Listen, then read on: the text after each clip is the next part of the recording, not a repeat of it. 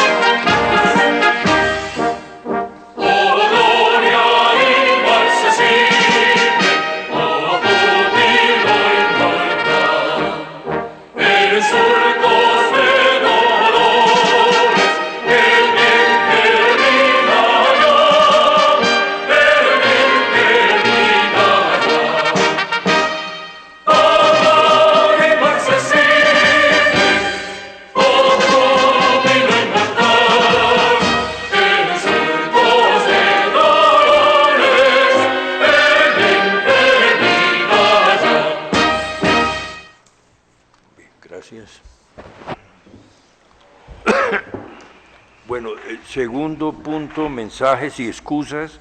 Se han excusado los académicos Mariano Arango, Alcides Gómez, Absalón Machado, Gabriel Poveda, Diego Roldán, Francisco Tumi, Julián Sabogán, Rubén Darío Utria.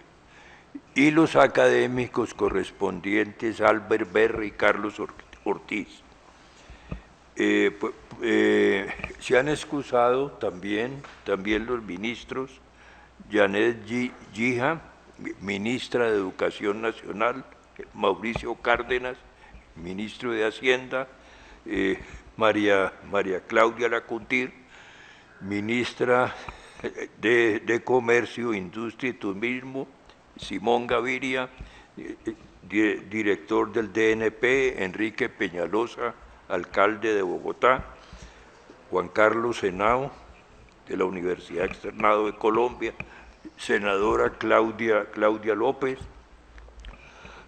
Francisco Leal, Elsie Bonilla, de la Universidad de los Andes, y Elizabeth Aponte de la Universidad de Occidente. Tercer punto,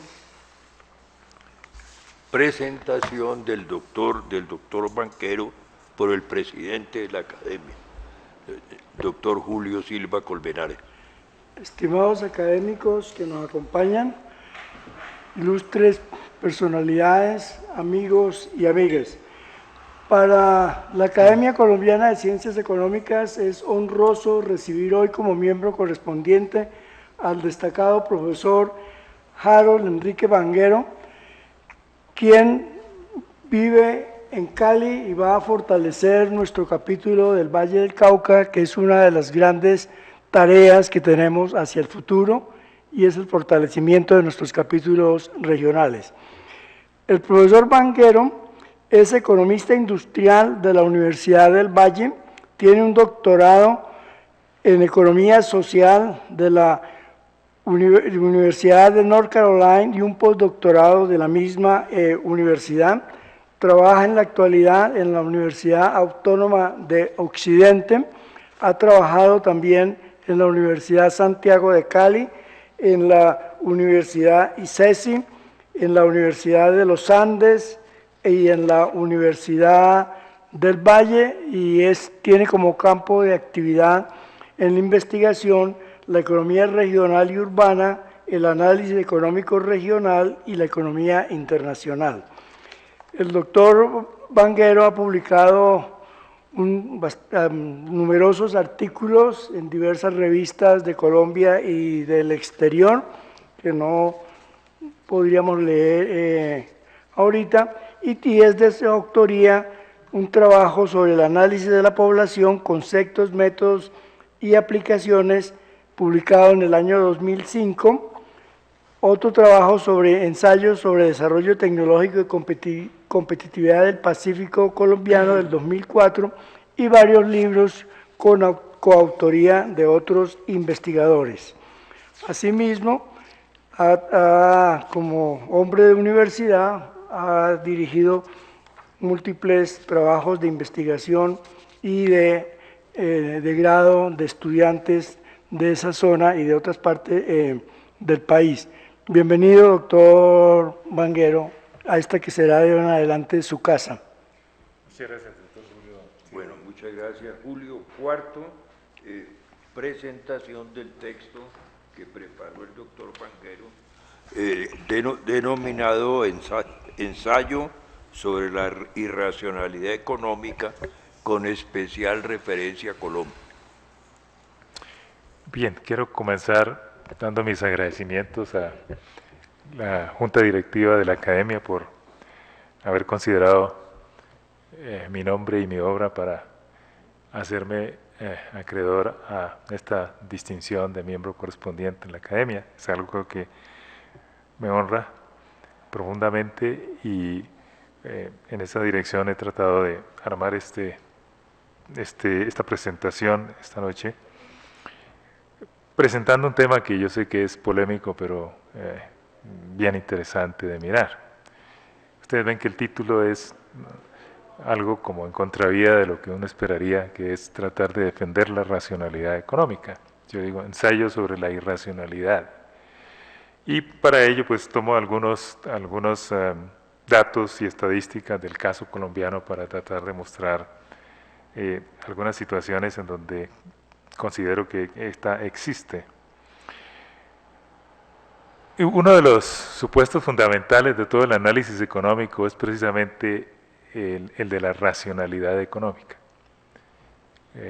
Todos los que hemos estudiado teoría económica, particularmente microeconomía, el primer supuesto que encontramos en el libro es precisamente de que los agentes económicos actúan racionalmente.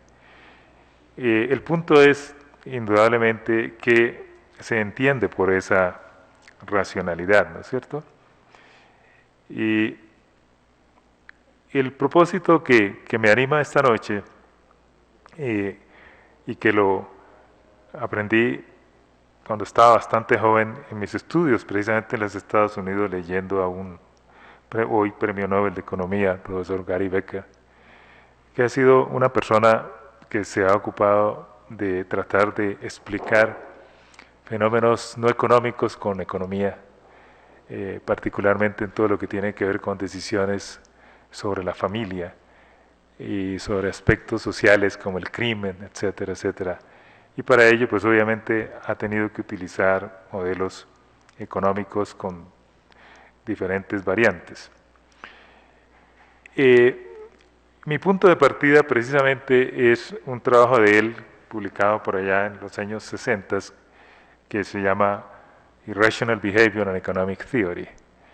Eso fue publicado hace rato, en el cual él hace unos planteamientos que me parecieron interesantes, porque él, y en el texto tengo algunos apartes explícitos de ese documento, muestra que todo ese aparataje construido para derivar la curva de demanda en economía, basado en funciones de utilidad, preferencias del consumidor, restricciones de ingreso, etcétera, pues puede ser fácilmente sustituido o reemplazado por un criterio que él dice es mucho más objetivo y hace una relación directa con lo que en principio se define como economía, que es la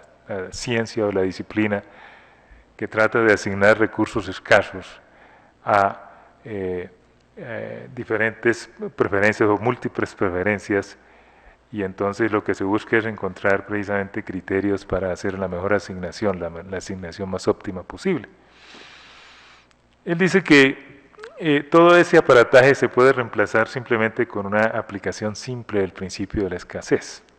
Y él dice, simplemente partamos de este principio, que en el fondo simplemente dice lo barato, lo abundante es barato, lo escaso es caro. Y a partir de allí entonces tratemos de decidir con base en eso. Y en otras palabras, se trata de introducir, según él, un criterio de decisión más objetivo y menos subjetivo. Entonces, esto permitiría eliminar, por ejemplo, todas las supuestos con respecto a que los consumidores hacen un cálculo costo-beneficio antes de tomar una decisión, o de que las preferencias están ordenadas y basta con que haya una racionalidad de tipo ordinal para que se cumpla el supuesto de la racionalidad. Él dice, todo eso lo podemos eliminar y simplemente actuar de acuerdo con el criterio fundamental que nos dicta el principio de la escasez. Voy a leer específicamente algunos apartes de sus textos. El hallazgo más importante para la economía es la ley de la pendiente negativa de la curva de demanda. Manteniendo otras variables constantes, un aumento en el precio relativo de cualquier bien disminuirá la cantidad consumida de ese bien.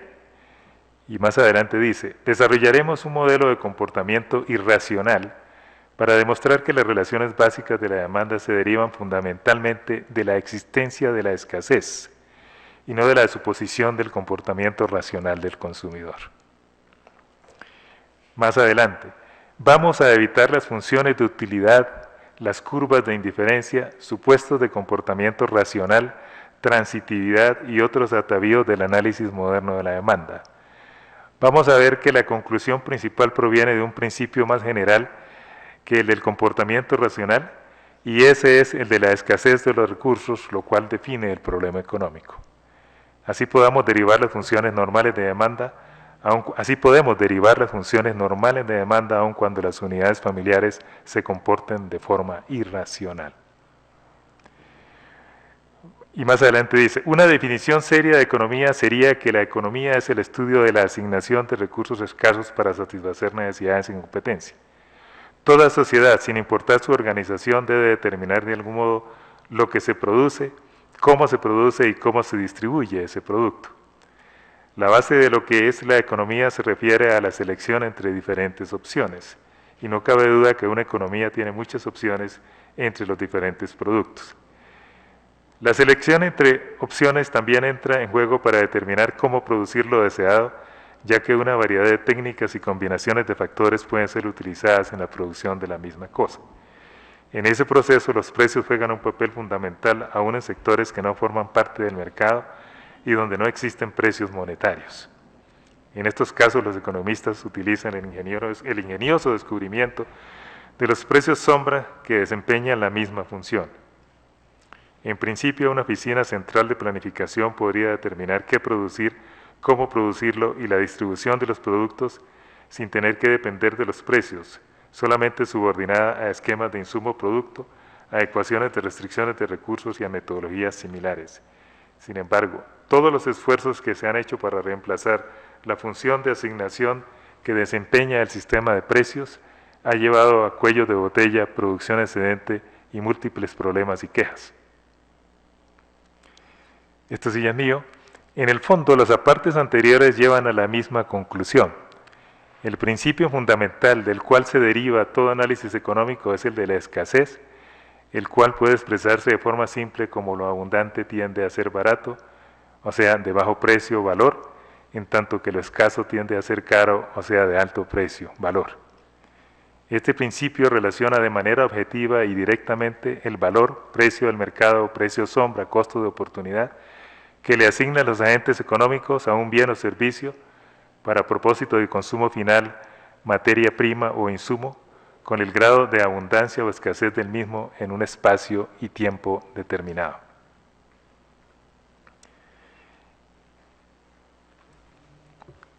De esto nosotros podemos derivar algunas implicaciones, o sea, de este principio de la escasez y de su validez, podríamos derivar algunas implicaciones para tres aspectos. Primero, la competitividad internacional. Segundo, la sostenibilidad ambiental.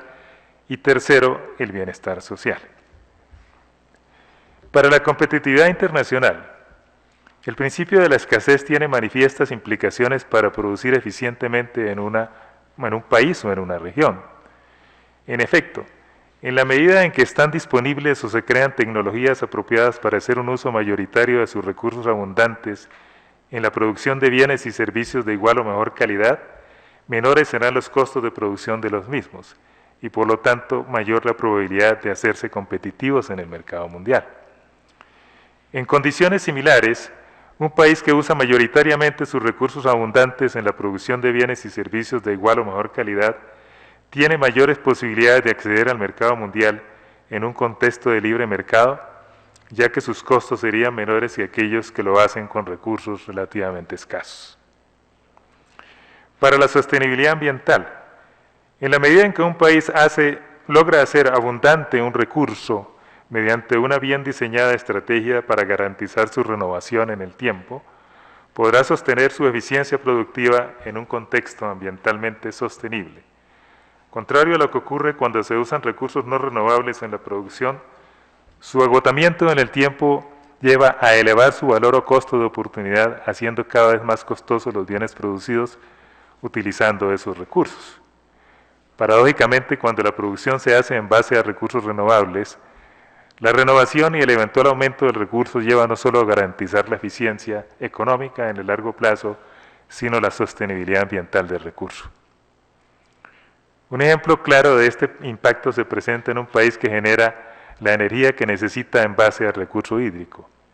El proceso implica no solo producirla a precios relativamente menores a los incurridos con otras fuentes energéticas, sino la necesidad de conservar los bosques para garantizar la disponibilidad del agua en el largo plazo.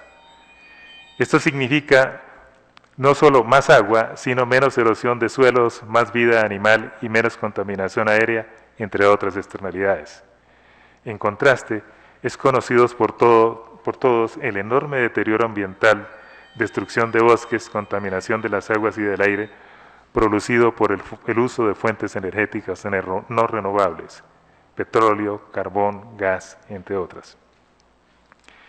Implicaciones para el bienestar social. Las implicaciones para el bienestar social se derivan de la decisión del productor de producir a menor costo mediante el uso mayoritario de insumos abundantes y de la decisión del consumidor de comprar bienes y servicios de igual o mejor calidad a menor costo para lograr la mayor satisfacción con su ingreso disponible. Si el productor minimiza costos de producción y el consumidor puede ahora comprar más bienes y servicios de igual o mejor calidad, su nivel de bienestar será mayor que aquel que alcanzaría si los productores llevaran al mercado productos con alto costo, consecuencia del uso de insumos escasos, y los consumidores decidieran comprarlos a esos precios. Sin duda, una aplicación generalizada del principio de la escasez en la toma de decisiones por parte de productores o consumidores permitiría alcanzar más altos niveles de bienestar en la población en un contexto ambientalmente sostenible. El cuarto punto es utilizar algunas cifras en Colombia para mostrar lo que yo llamo irracionalidades económicas manifiestas en tres sectores de la economía colombiana: el sector energético, el sector transporte y el sector agropecuario. Para ello me he valido de algunas cifras de personas que han estudiado esta problemática en Colombia y que simplemente resumo de una manera bastante simple. En primer lugar, Colombia se caracteriza en el contexto mundial por su gran potencial hidroeléctrico debido a su topografía montañosa, la cual cruzan 3 ramales de la cordillera de los Andes, y la presencia de gran cantidad de ríos en su territorio, los cuales descienden desde altas montañas hasta sus valles y mares. En contraste, posee reservas limitadas de petróleo y gas, haciendo manifiesto el hecho de que la situación puede haber variado marginalmente en años recientes. Tengo aquí unas tablas que muestran que la situación de las reservas energéticas del país en el año de 1979 y el consumo nacional de energéticos en el periodo 1935-1978. Allí puede observarse cómo en ese año las mayores reservas medidas en kilotoneladas de petróleo equivalente estaban representadas por la energía hidráulica con un 55.3% de participación en el total, en tanto que las menores correspondían a petróleo con solo el 1.3% del total. El segundo lugar correspondía a reservas de carbón, 38.5%, y el tercero las de gas, las cuales solo representaban el 3% del total, con un nivel de escasez similar al del petróleo. La tabla 2 no la traigo acá para presentarla, pero simplemente muestra la participación de las mismas fuentes en el consumo nacional en el periodo 35-78. La mayor correspondía al petróleo con un 55.8%, el carbón ocupaba el segundo lugar con el 20.94%, el gas el tercero con 16.17% y la hidroelectricidad solo representaba el 6.6% del consumo total de energéticos en el país.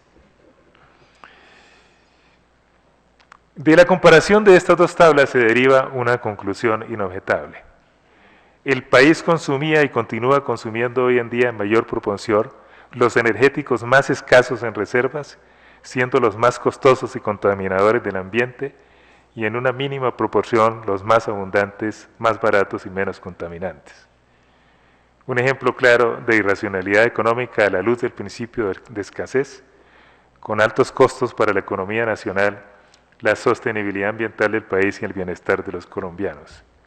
Es muy probable que esta situación sea más aguda hoy en día, dado el alto crecimiento del parque automotor demandante de combustibles fósiles.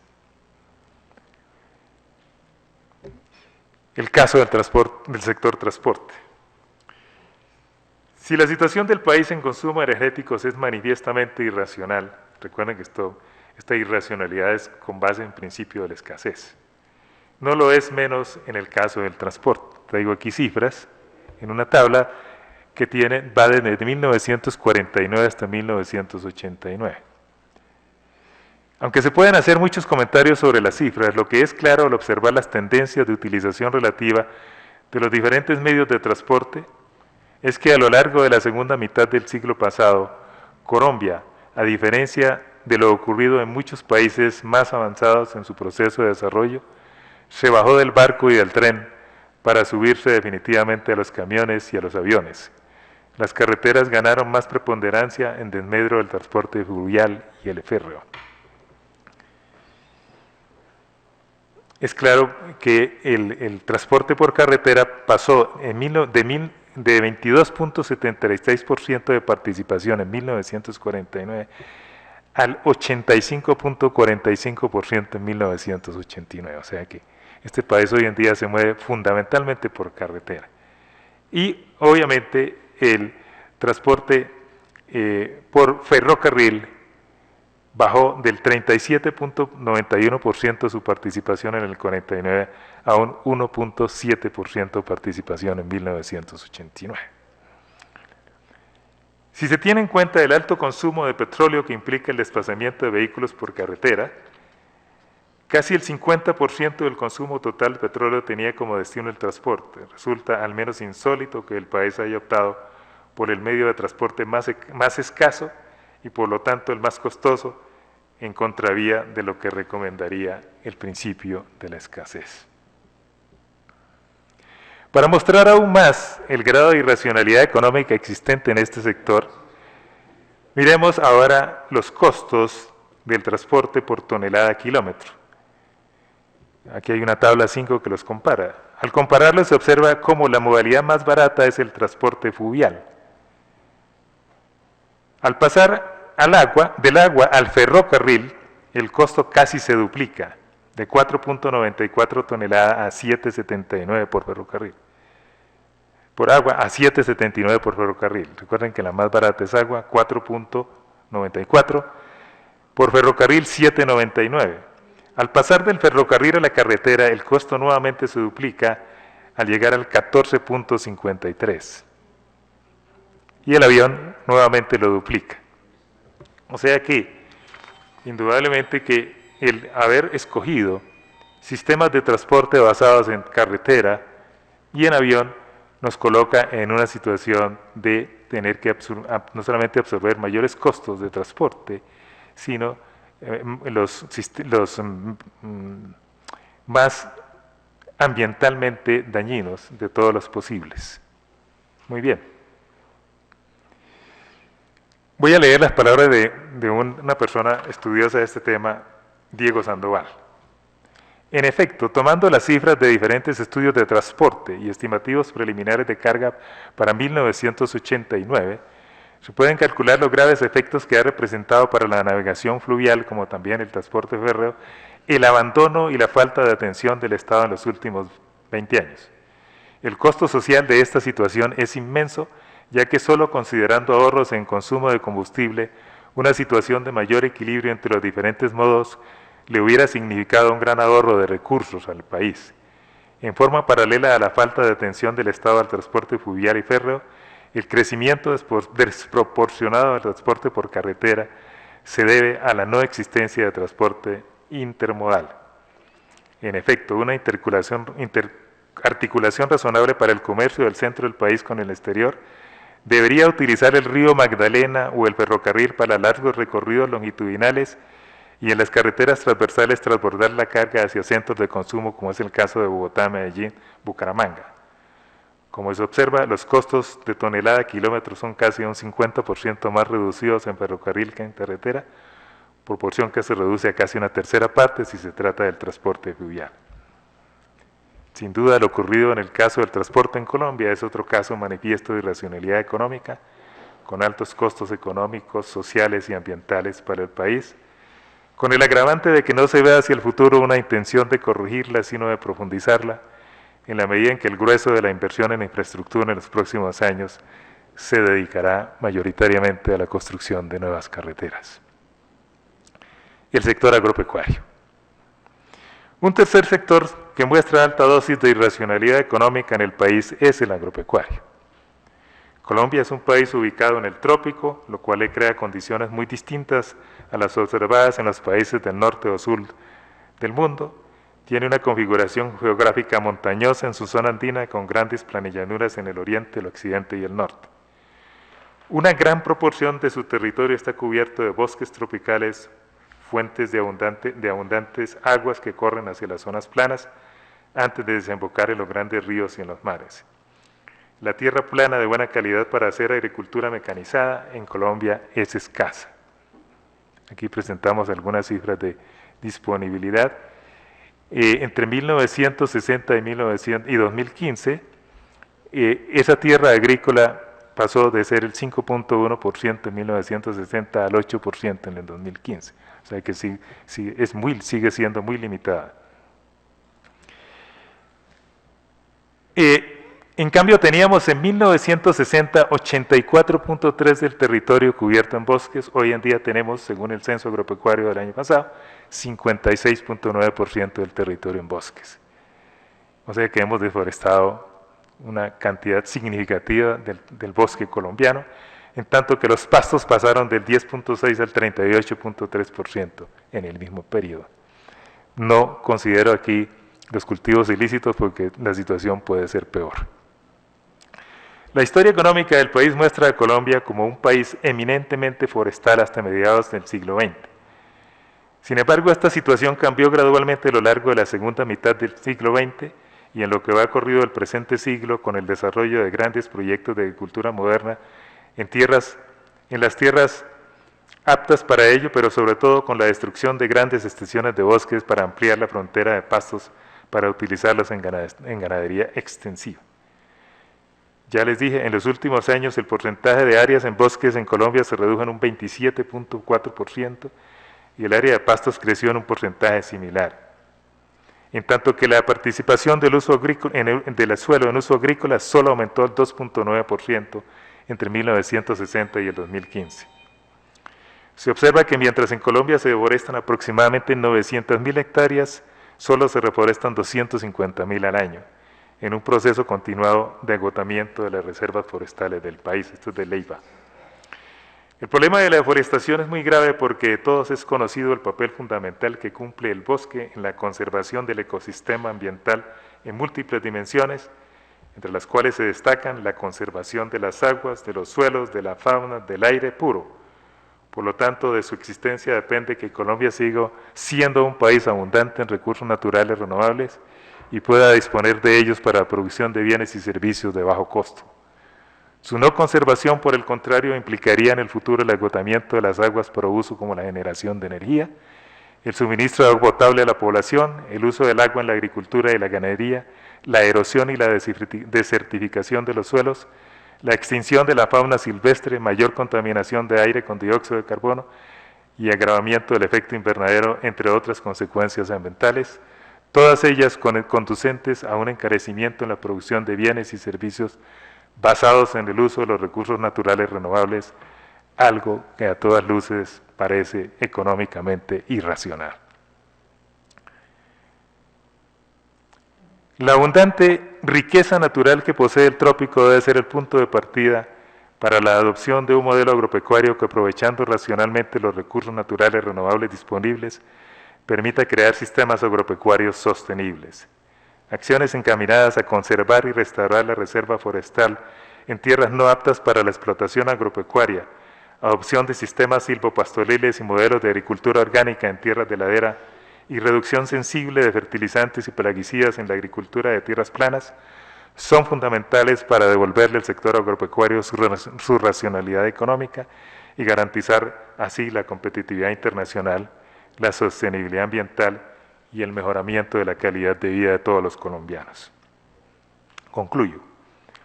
La historia económica siempre ha resaltado la importancia del valor, precio, como criterio fundamental para la toma de decisiones en un contexto de recursos escasos. La discrepancia está en la forma en cómo se determina ese valor. En este documento se postula que él depende fundamentalmente del grado de abundancia o escasez de los bienes y servicios a demandar o de los recursos a utilizar en la producción de los mismos. Se argumenta que en igualdad de condiciones de calidad, la racionalidad económica implica producir utilizando recursos abundantes y consumir bienes y servicios disponibles en abundancia, porque son más baratos, lo cual tiene implicaciones positivas en la eficiencia productiva, la sostenibilidad ambiental y el bienestar social de la población. Los tres casos presentados para Colombia, energía, transporte y agropecuario, evidencian decisiones tomadas en contravía de lo esperado según el principio de la escasez, siendo expresiones manifiestas de racionalidad económica, haciendo realidad el adagio popular de que el sentido común no siempre es el más común de los sentidos. Sin duda, una corrección en sentido contrario es necesaria si se quiere que el país avance en su proceso de desarrollo económico y social en un contexto ambientalmente sostenible. Muchas gracias.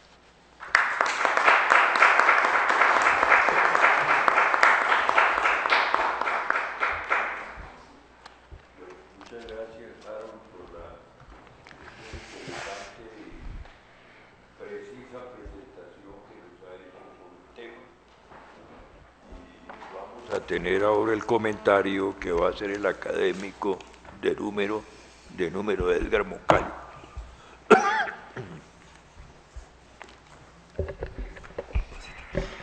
¿Cómo?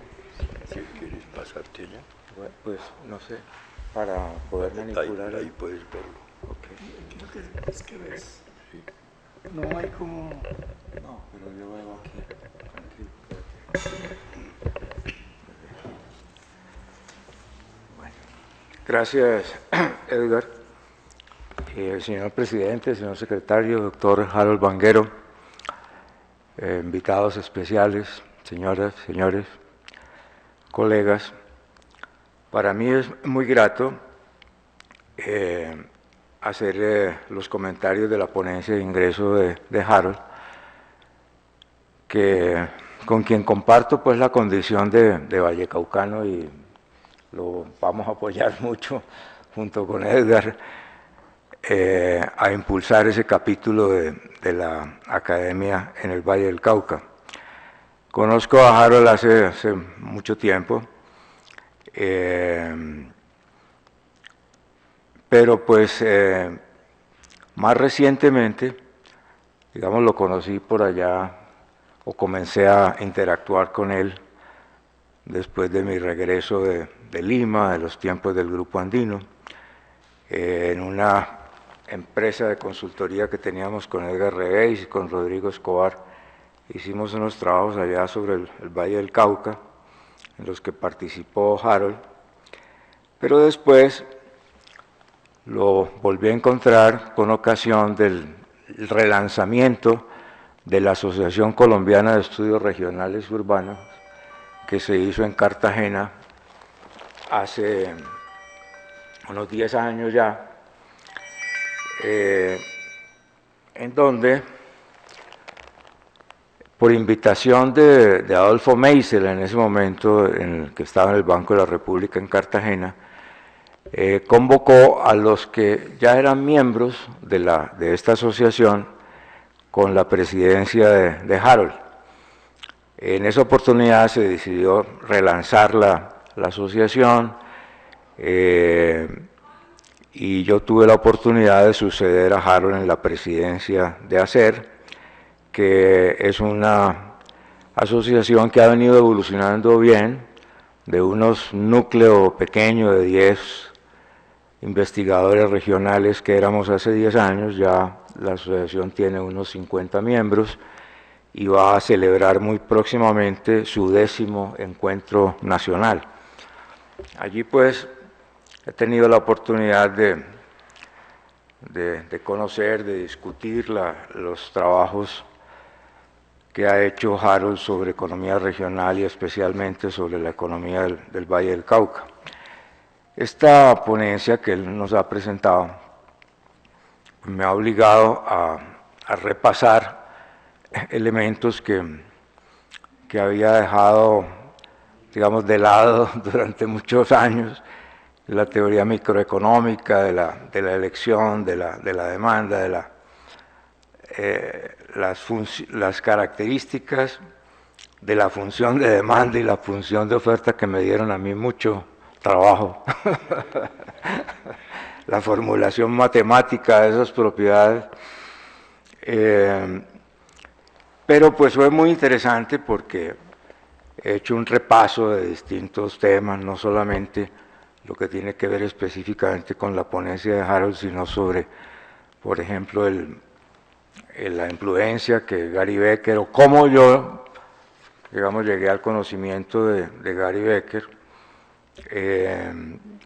y de un tema sobre el cual yo he hecho planteamientos aquí en la academia, y es la pregunta por la capacidad que tiene el Estado colombiano para conducir el desarrollo del país. Es decir, esta irracionalidad del comportamiento del Estado en la que Harold incide, pues lo lleva a uno a preguntarse si hoy, si en el futuro, el Estado colombiano tiene la capacidad de reorientar el modelo de desarrollo del país, o más bien de seguir incurriendo en los mismos errores que Harold señala. Para eso yo he preparado un PowerPoint, y recuerdo a propósito Eduardo Aldana, que el otro día comentó que había llegado a una reunión en la que estaba programado, y le preguntaron: profesor Aldana, ¿usted nos va a dar una conferencia o trae un PowerPoint? Entonces yo traigo un PowerPoint porque me parece más práctico. Harold presenta una serie de estadísticas. En fin, entonces comencemos por resumir en 2 píldoras el planteamiento de Harold en su ponencia. En primer lugar, pues la teoría de la elección racional y su derivado, el principio de la escasez, supone que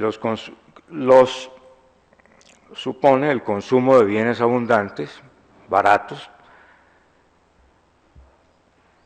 que los consumidores consuman bienes baratos y los productores elaboren bienes que utilizan insumos abundantes y que por lo tanto son baratos. Y el segundo punto, el mensaje principal del escrito de Harold, es que en contra de los axiomas de la teoría de elección racional, los agentes en Colombia han tomado decisiones irracionales con consecuencias nefastas para el desarrollo del país, en 3 campos: en energía, en transporte y en el uso de la tierra. Pues estos comentarios pues van orientados primero a los alcances de la teoría, que, como digo, me tocó repasar a marchas forzadas, las críticas que se han hecho a la teoría, las teorías alternativas que se han ofrecido, algunas apreciaciones sobre la parte, digamos, sectorial que presenta Harold, y señalar algunas, digamos, los acuerdos desde luego, pero también algunas disonancias que tengo con el planteamiento de Harold, que en algunos aspectos no me encaja completamente. Pues el autor principal sobre el que basa Harold su trabajo es, como él mismo lo ha dicho, el profesor Gary Becker, doctor de la Universidad de Chicago, profesor de la Universidad de Chicago, uno de los exponentes más representativos de la Escuela de Chicago, premio Nobel en 1992, y que ha hecho, ese premio Nobel lo mereció pues por sus aportes a distintos campos de las ciencias sociales: capital humano, a la familia, a la sociología del crimen, a la discriminación en el mercado laboral.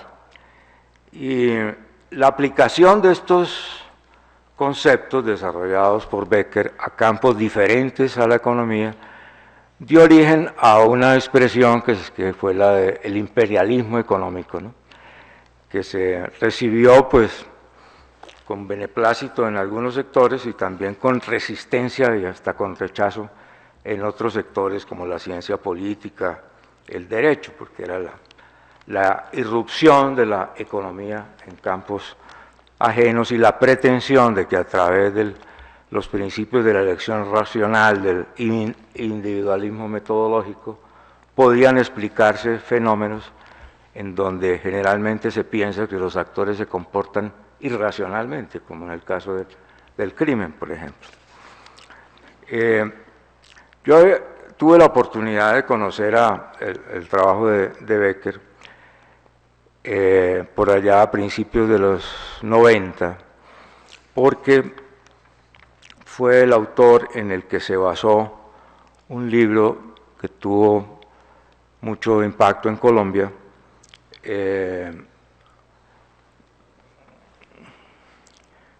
un libro escrito por Malcolm Diez y por Fernando Gaitán sobre la violencia en Colombia. Entonces, este libro, comisionado por Armando Montenegro, que era director de Planeación Nacional en ese momento, en este libro se ofrecían las distintas teorías internacionales y nacionales sobre la violencia, y Fernando Gaitán, un joven economista muy prometedor que murió prematuramente, se asentaba mucho en Becker para discutir la idea, o para, mejor, afincarse en la idea de que la insurrección armada en Colombia pues no era un fenómeno producido por las causas objetivas que se llamaban en ese momento, sino que era simplemente una forma de crimen organizado que buscaba maximizar su utilidad, calculada con relación a la posibilidad de ser castigada. Entonces, en un país de alta impunidad, la rentabilidad del crimen es muy alta, y entonces la guerrilla era simplemente una forma de crimen organizado pues llevada al extremo. Esta vertiente de pensamiento pues fue continuada después por Paul Collier, por Bourguignon en el Banco Mundial, y en Colombia por autores como Posada, Rubio, Sánchez, Núñez, y el propio Armando Montenegro, que con Posada escribió varios ensayos basados en esta teoría. Bueno, entrando en materia sobre lo que plantea Harold, yo resumiría lo que él dice en la siguiente forma. El comportamiento racional en Becker, como lo expone el autor, implica dos cosas. Primero, optimización consistente en la maximización o minimización de una función bien ordenada, de utilidad en el caso del consumidor o de costos en el caso del productor. Y en el promedio, o sea, en el mercado, las curvas de demanda agregada tienen pendiente negativa, o sea, tienen una forma normal. Eso es lo que según el autor,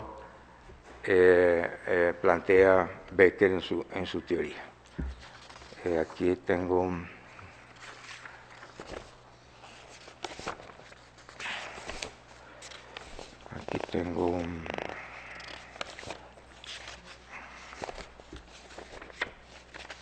bueno, hay una cosa que no me queda suficientemente claro en la ponencia de Harold, y es cuál es la diferencia entre el cuerpo principal de la teoría de elección racional y el aporte que hace Becker en su artículo de los 60 y en el libro publicado en español ese ya es de los 90, ¿no? Y es que frente a la crítica, todas las críticas que se le hicieron a la teoría de la elección racional, y especialmente la de que no siempre los agentes se comportan racionalmente, las familias no maximizan, los productores no maximizan, entonces Becker se propuso demostrar que aunque haya unos agentes que se comportan irracionalmente, en el agregado, en el promedio, el mercado produce unos resultados racionales. Era, digamos, acomodar el actor irracional, alinearlo con el mercado. Entonces, en palabras de Becker, su objetivo era compatibilizar la teoría económica del mercado con el eventual comportamiento irracional de los agentes. O sea, dicho en mis términos con una cierta pues, licencia, la mano invisible se encarga de alinear las preferencias excéntricas de los agentes irracionales con las de los racionales, de manera que las cantidades y los precios son siempre predecibles porque resultan de curvas normales de oferta y demanda. Es decir, el mercado nunca falla y es más racional que algunos de sus agentes.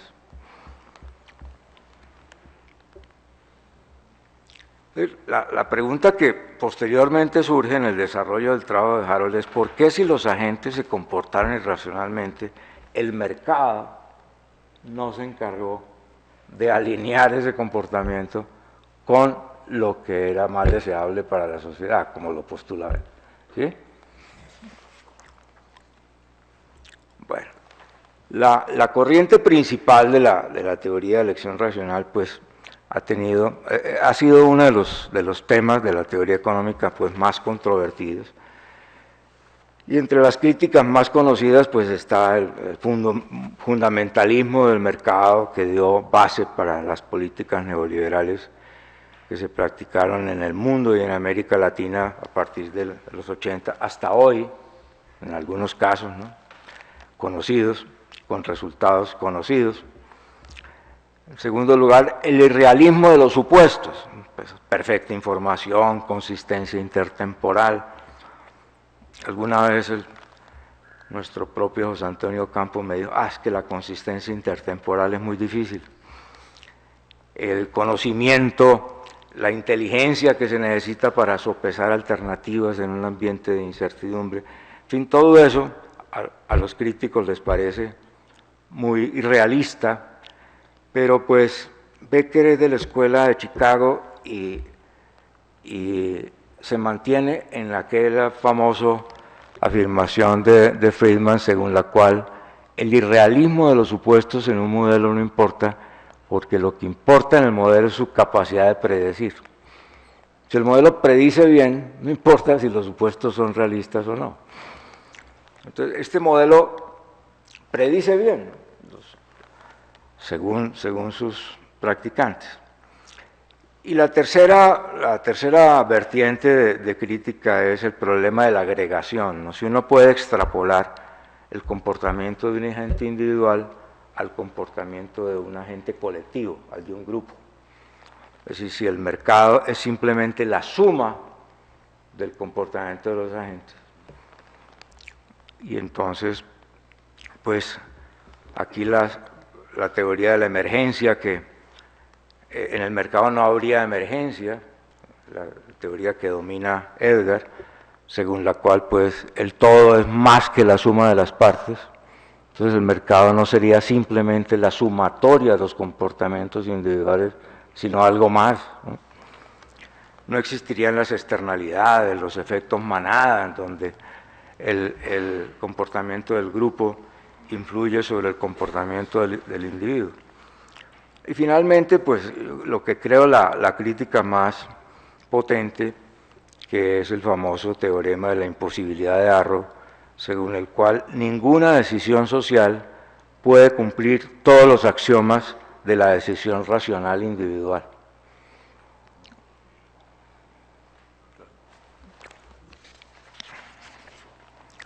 Entonces, frente a estas limitaciones de la teoría principal, de la corriente principal, de mainstream, pues han surgido enfoques alternativos, el reconocimiento de que no, los agentes tienen una racionalidad limitada.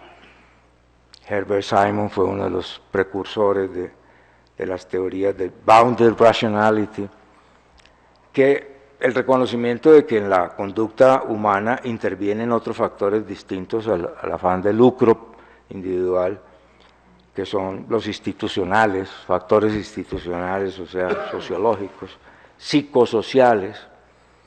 Entonces ha surgido una economía del comportamiento, una economía cognitiva, en donde pues uno de los autores principales es Kahneman, que fue premio Nobel en el 2002.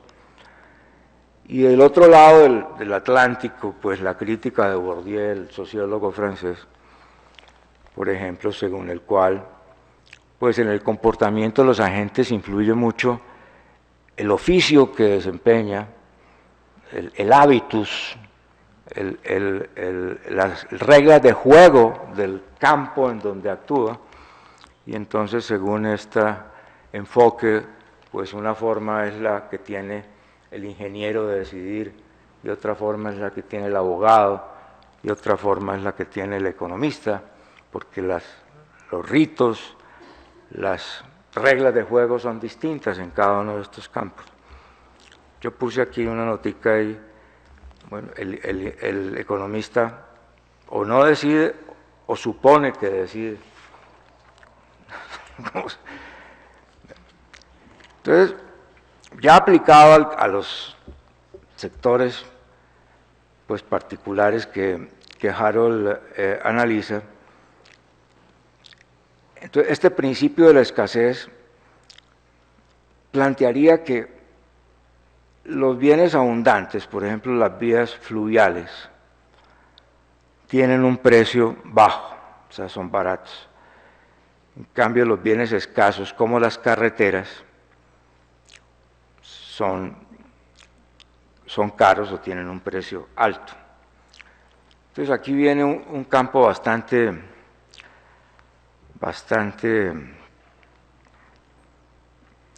ambiguo, en donde se necesita profundizar en la teoría para obtener alguna claridad, y es, para Becker, según leí en el propio documento de Harold, es necesario que los bienes sean competitivos para que puedan compararse, ¿cierto? Bienes que cumplan el mismo fin.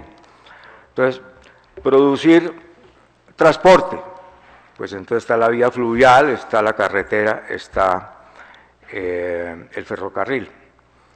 Entonces, en ese caso, cabe la comparación valorativa.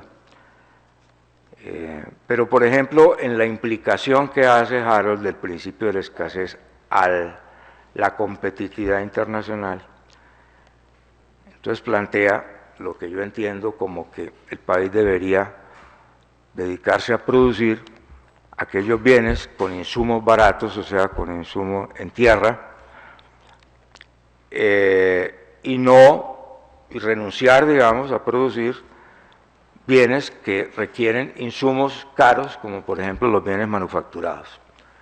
Entonces, pues eso me suena mucho al modelo de ventajas comparativas, ¿no? De la especialización en commodities tropicales, y entonces no producir bienes manufacturados, pues que es la polémica en América Latina desde hace 50 años, lo que dio origen a los planteamientos de Prebisch y de la CEPAL, sobre todos los inconvenientes que tenía la aplicación del modelo ricardiano de ventajas comparativas en América Latina, y recientemente pues en Colombia también, a raíz de la reprimarización y de la remineralización, ha vuelto a surgir ese debate, y por ejemplo a nuestro Eduardo Sarmiento no le gustaría para nada este planteamiento, esta implicación que le encuentra Harold al principio de la escasez, ¿no? A la especialización en bienes intensivos en tierra. Bueno, sobre las otras implicaciones, pues sostenibilidad ambiental y bienestar social, pues sí, el sentido común lo lleva a uno a inclinarse a pensar de que Harold tiene razón en eso. Ahora, entrando en los tres sectores, entonces, siguiente. Lo que plantea Harold es que el patrón de consumo, mejor, que la oferta se inclinó hacia la producción de energía basada en reservas fósiles, en vez de haberlo hecho en la producción de energía basada en reservas hidráulicas de agua, que el transporte de cargos se inclinó hacia las carreteras, un bien con insumos más costosos que los del transporte fluvial o el ferrocarril, y que la agricultura, y que en el uso de la tierra, la irracionalidad consistió en la ganadización, en la expansión de la frontera agrícola no, o la ocupación de suelos aptos para la agricultura por la ganadería y la consecuente deforestación o reducción de la cubierta de bosques. Y eso pues lo valida él con las cifras que presenta, que bueno, son unos estudios hechos hasta el 78, y Harold dice, bueno, yo no creo que esto haya cambiado mucho, que la tendencia se ha mantenido, entonces yo voy a matizar esa afirmación mostrando que sí ha habido algunos cambios de tendencia desde el periodo que él analiza a la fecha. Pero entonces aquí viene la pregunta que hacía hace un momento, ¿no? ¿Por qué, de acuerdo con el planteamiento de Becker, por qué el mercado no se encargó de corregir ese comportamiento irracional de los agentes? Ahora, ¿cuáles agentes? Digamos, en el caso unos dos más adelante, en el caso de la oferta de energía, ¿quién fue el tomador de la decisión? ¿El Estado Nacional y los estados departamentales, Harold? ¿En energía? del Poder Central.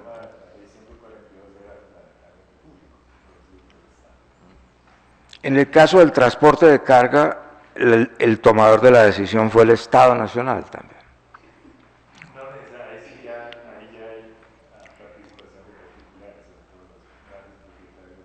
Pero en la oferta del tipo de transporte, ¿quién construía las carreteras en el periodo? Y en el caso del uso de la tierra, pues esa ganadización, ¿quién tomó esa decisión? Los dueños de la tierra.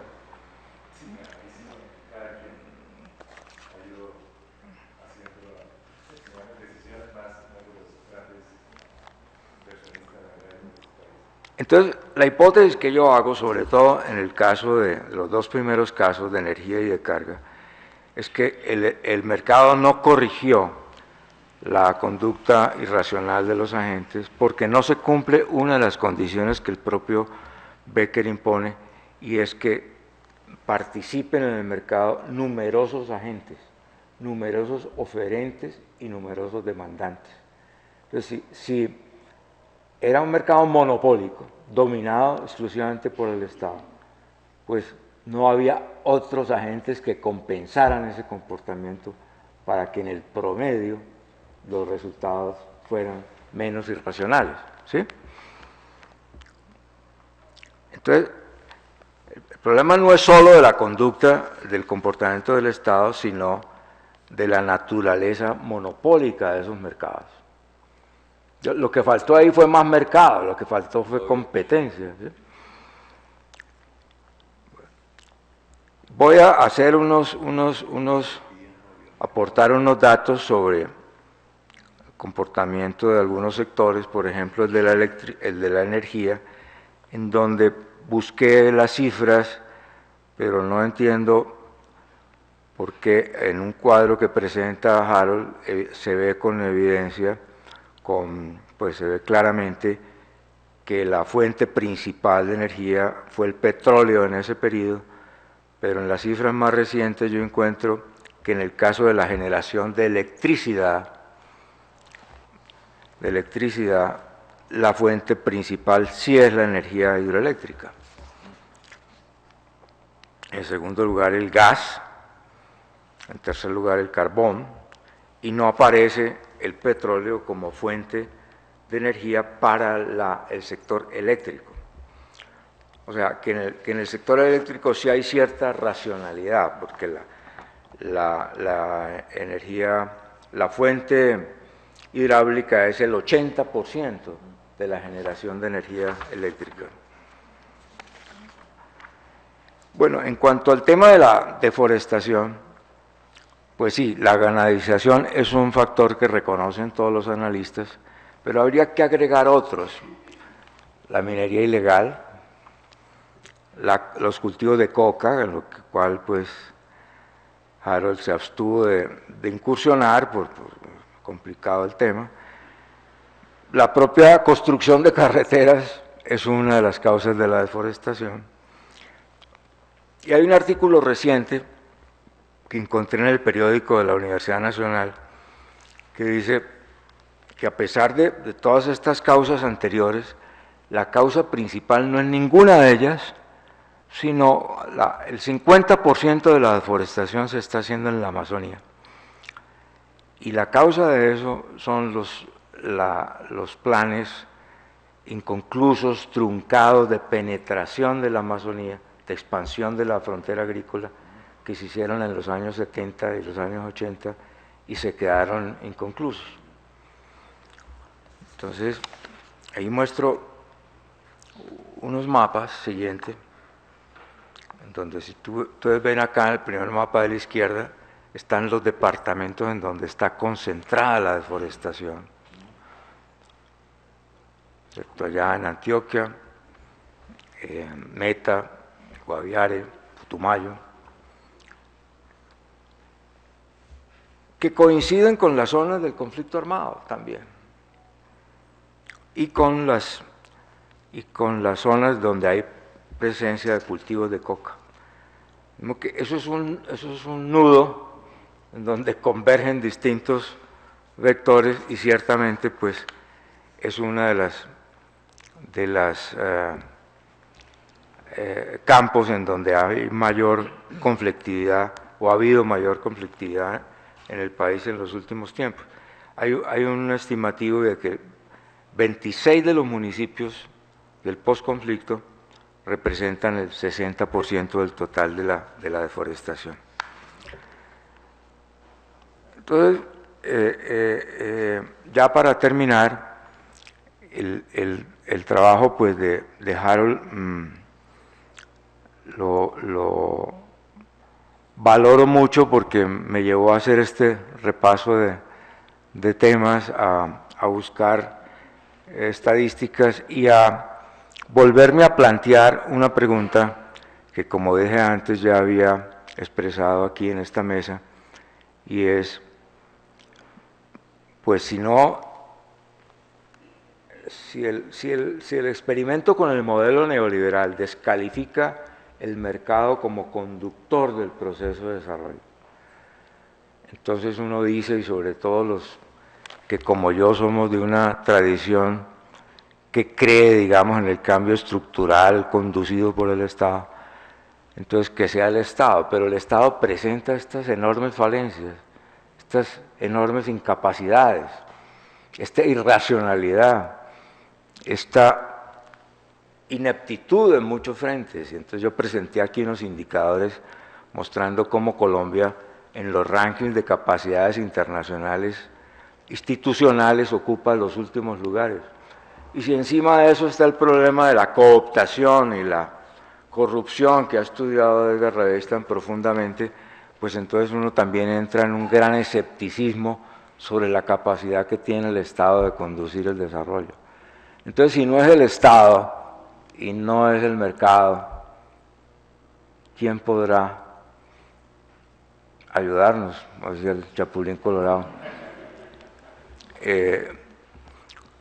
Y entonces la respuesta muy burda, preliminar que se me ocurre es como el empoderamiento de la sociedad civil, fortalecer toda la organización civil, que tenga la capacidad de fiscalización de la conducta de los agentes irracionales.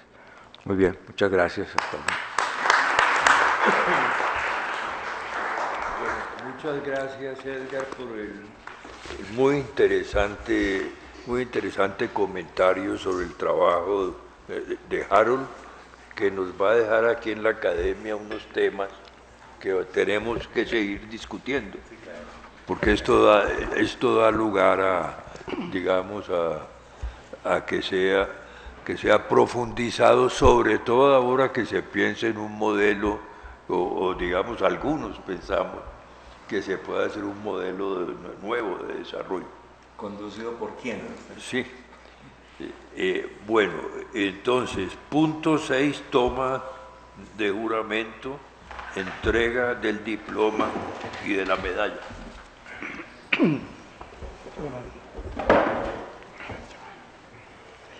¿Promete usted cumplir bien y fielmente los estatutos de la Academia Colombiana de Ciencias Económicas, especialmente en lo relacionado con la defensa y desarrollo de la economía nacional y del pensamiento económico colombiano? Sí, lo prometo. Si así fuere, la sociedad y la academia lo exalten, si no, lo censuren. La Academia Colombiana de Ciencias Económicas, en atención a los méritos científicos, docentes e investigativos que concurren en el señor don Harold Vanguero Lozano y a su contribución al pensamiento económico colombiano, ha tenido bien nombrarlo su individuo correspondiente. Y para que conste, les pide el presente diploma. Bogotá, Distrito Capital, 21 de marzo de 2017, el presidente Julio Silva Colmenares, el secretario general Edgar Reveís Roldán. Felicitaciones, Harold, y nuevamente bienvenido.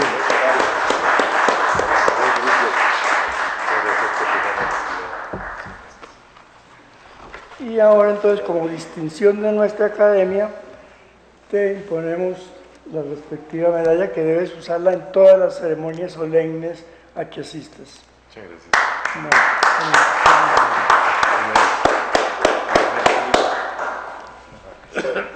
Bueno, finalmente vino de honor ofrecido por el doctor Vanguero.